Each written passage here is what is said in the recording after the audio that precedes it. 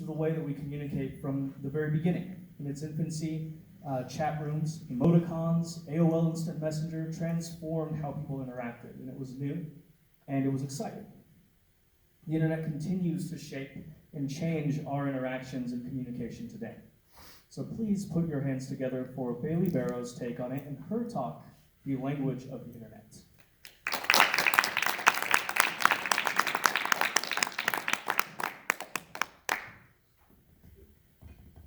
All right. I received my first smartphone when I was in the 7th grade. I was 13 years old. And the phone that I received was a Galaxy S4 Mini. They weren't exactly known for being the best model out there, but to me, it was perfect. I spent hour after hour browsing the internet on my shiny new device, and suddenly days became weeks as I scrolled mindlessly through social media, my favorite apps being Instagram, Tumblr, and iFunny.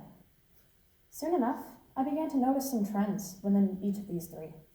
I began to see posts that were appearing first on perhaps iFunny, and then on Instagram. They were funny and relatable, so I didn't really mind it, and everybody I knew seemed to enjoy them. In an effort to share the joy and to see what she thought of it, I showed one of these images to my mother. This particular post I didn't quite understand, so in order to share the joy and to see what she thought of it, I showed it to my mom. And the image happened to be this. There we go. So I showed her the picture on my little phone, as you can see up here, and asked her what she thought of it. Instead of snickering or raising an eyebrow like I had expected that she would, she just kind of stared at my phone for a moment before looking at me and saying, "I'm sorry, I don't get it." Come on. Alrighty. And then she asked, "What are you showing me?" And I said, "A meme. Do you think it's funny?" And once again, she responded, "I still don't get it." Fast forward a few years, to about a few weeks ago. I was sitting in the car with my father as he drove us home from an appointment that I had with the dentist. As it turned out, the very prominent pain that had plagued my bottom right molar for a long time was a result of two very conspicuous cracks, and as a result, the tooth would need to be crowned.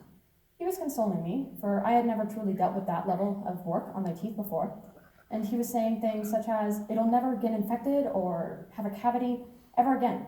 That and your crack won't hurt anymore." So in an effort to bring some humor into the situation and to lighten myself up about it, I, without thinking, said, "Power move, crown all of my teeth so that I never have to worry about my dental hygiene ever again." And I chuckled myself for a few moments before falling short when I saw my dad's puzzled face.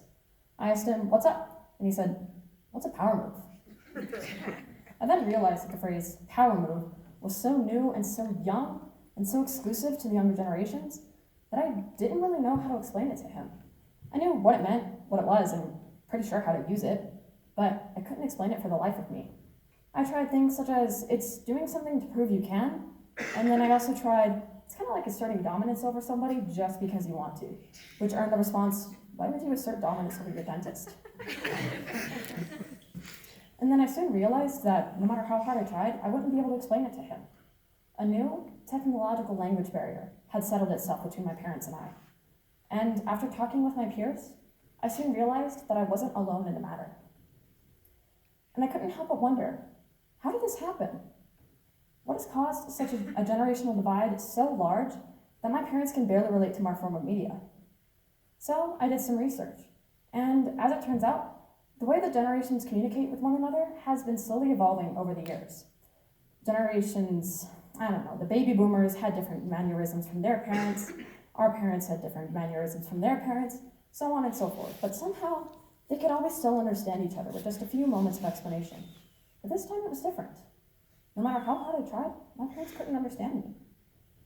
And it has to do with the fact that nowadays, a fair chunk of the global population is interconnected via our rapidly advancing technology.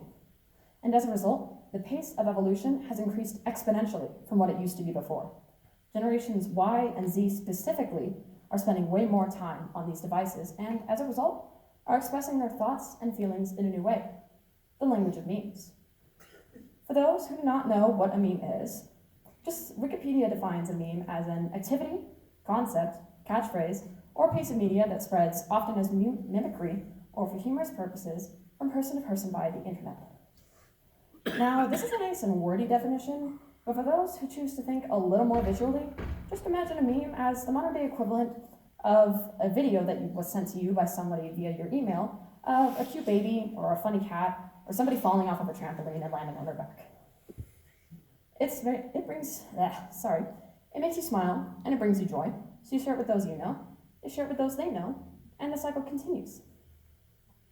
Memes are essentially a product of evolution whose ancestral roots lie entwined within the hundreds of thousands of cute babies, funny cats, and epic fails. And the primary purpose of both pieces of media is to spread humor, but modern memes have taken a different approach. As with all forms of evolution, mutations are inevitably going to occur. Modern memes, such as this, might look to some like a virus that's mutated itself into a vile image. But the younger somebody here is already expressing a lot of grief over it, but to younger generations, it might be one of the funniest things that they have seen all day. And why is that? What caused such a large generational divide? And once again, it has to do with the way we communicate and the psychology behind it. For some background, the internet has a lot of control over the daily lives of the modern person. However, the majority of people aged 45 and older do not tend to explore it on the level that those of the younger generations do. And as a result, they don't catch wind of the new and exciting things that the younger people do. Or if they eventually do take notice of it, it's far beyond its prime. Its shelf life will have already expired. On average, the basic American will check their phone roughly 80 times per day. But generations Y and Z will check their phone upwards of 150 times per day. Now, when put into words, this does seem like quite a large amount, but bear in mind that it's actually not quite as bad as it seems. Most of these instances are to just check the time, check a quick text message, or answer those 32 texts from mom when you didn't return her 2 phone calls. However, it must be acknowledged that the majority of the rest of this time is spent on social media or browsing the internet. And as it would turn out, navigating the internet is like shouldering your way through a crowded marketplace with vendors each screaming in your face about their respective products. Every image one comes across has a different purpose for why it is posted. Whether it's to say, look how funny I am, come over here, look at this hilarious video I just made, or look how rich I am, I can tell you how to get rich too, just follow these 22 steps, or look how pretty I am, buy this product and you will have my exact face. Each account and each individual has a different reason for what they post and why. Now, back to the topic at hand. The main purpose of the posting of memes is to spread humor. Or sometimes similar feelings, not always exactly humor.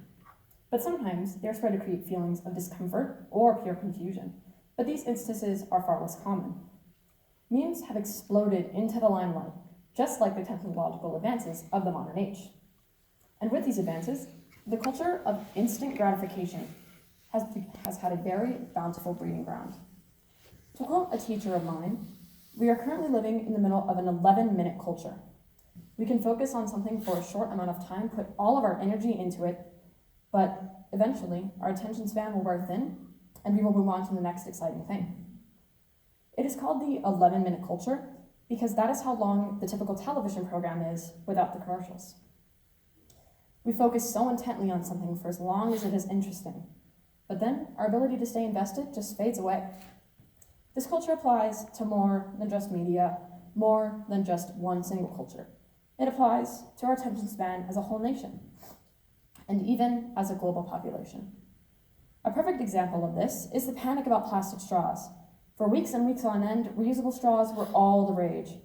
Companies promoting metal straws and not plastic, and glass water bottles promoting slogans like "Save the Turtles" dotted my social media with their advertisements.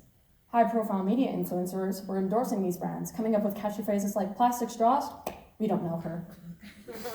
And then suddenly, as quickly as this fad jumped into my face, it was gone, fizzled out of sight and out of mind mere weeks after it was born. A perfect example, in a world where everything we could ever want is at our fingertips, from a hot date to a hot pizza, the instant gratification has become the norm. We want what we want, and we know exactly what we want it. And more often than not, that moment is right now. This idea of getting what we want with minimal wait times applies to more than just the material objects and